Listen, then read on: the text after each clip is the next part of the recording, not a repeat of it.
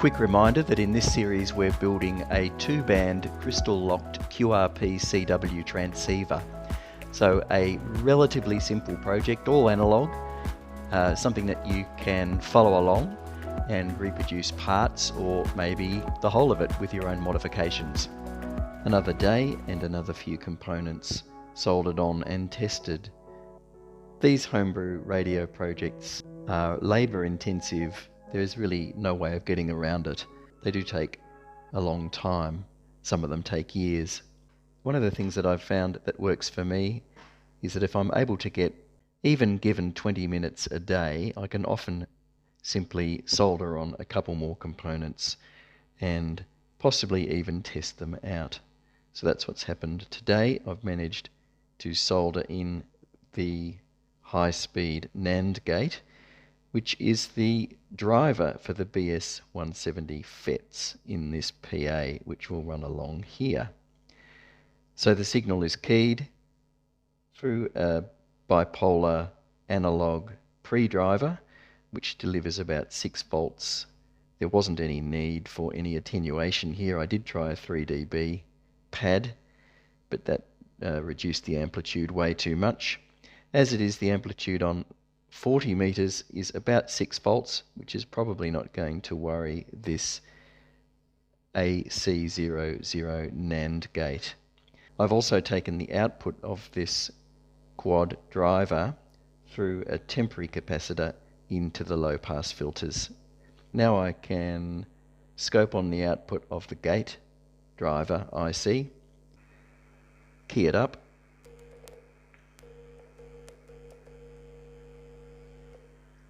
and there's a 5 volt square wave on the output of the driver IC at 702.2.7 megahertz, just as we expected. So that's the receive frequency. If I jump the crystal offset to get to the transmitter frequency, now we've dropped to 702.2.3. So a nice 5 volt square wave there, and that will drive the gates of the 3 BS170s.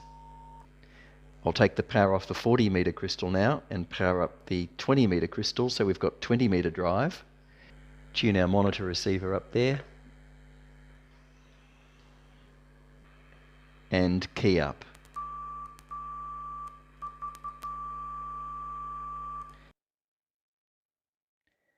And there's the gate waveform on 14064. A little bit raggedy, but it is a switching waveform. So we've got sufficient drive coming through from the pre-driver stage there to clock the 4 NAND gates. So the digital drive is working.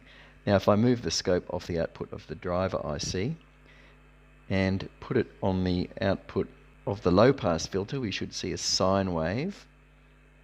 I'd better pull that relay in to make sure the 20 meter low pass filter is in circuit, not the 40 meter low pass filter, which will just dissipate any 20 meter energy. So that's the 20 meter filter in.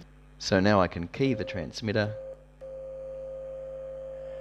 and there's the output signal into a dummy load, about 3.44, nearly 3.5 volts peak to peak, and not a bad looking signal on 20 meters. 14059.9 kilohertz. Repeating the experiment on 40 meters, so drop out that relay, move the power over to the 40 meter crystal, keying up on 40 now.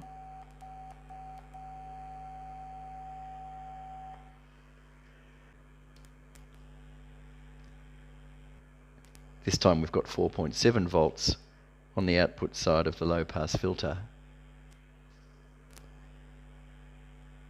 So there's a QRPP transmitter again, this time with low pass filters, and it should have a clean output.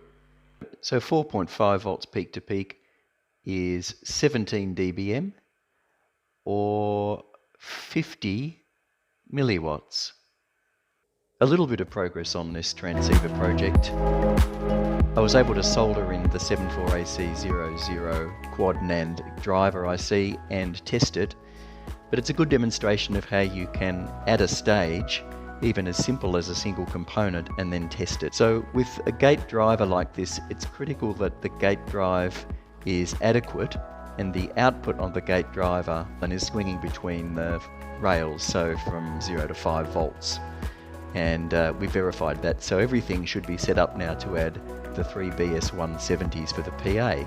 So we'll do that next time and get the transmitter working at a QRP gallon or 5 watt level. I hope you're enjoying this series. If so, please like and subscribe. For now, see you next time.